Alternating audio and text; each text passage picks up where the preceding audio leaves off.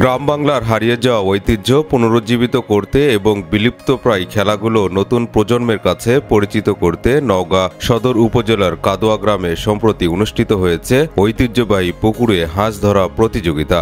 বৃষ্টি উপেক্ষা করে পুকুর পাড়ে জমায়েত হয়েছিল স্থানীয় বিভিন্ন বয়সের মানুষের উপচে পড়া ভিড়। এই প্রতিযোগিতা স্থানীয়দের জন্য ছিল এক অনন্য বিনোদন।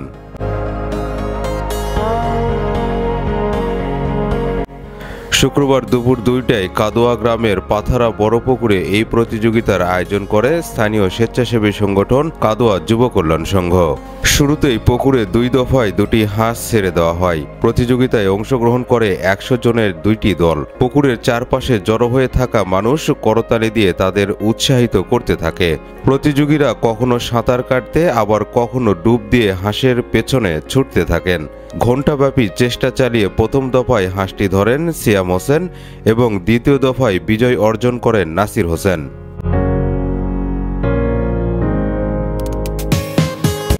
আয়োজকরা জানান, ঐতিহ্যবাহী সব খেলা হারিয়ে যেতে বসেছে।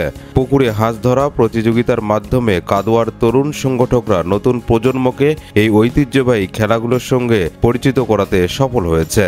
যুব সমাজকে মাদক থেকে দূরে রাখতে আগামীতেও এ ধরনের আয়োজন অব্যাহত থাকবে বলে জানান তারা। এভাবে কাদোয়া গ্রামে অনুষ্ঠিত সব স্থানীয়দের মধ্যে একটি নতুন উদ্দীপনার সৃষ্টি করেছে। খেলাগুলোর মাধ্যমে ঐতিহ্য সংরক্ষণের এই প্রচেষ্টা প্রশংসনীয় এবং আগামী প্রজন্মের জন্য এক অনন্য শিক্ষা হয়ে থাকবে বলে জানান আগতরা।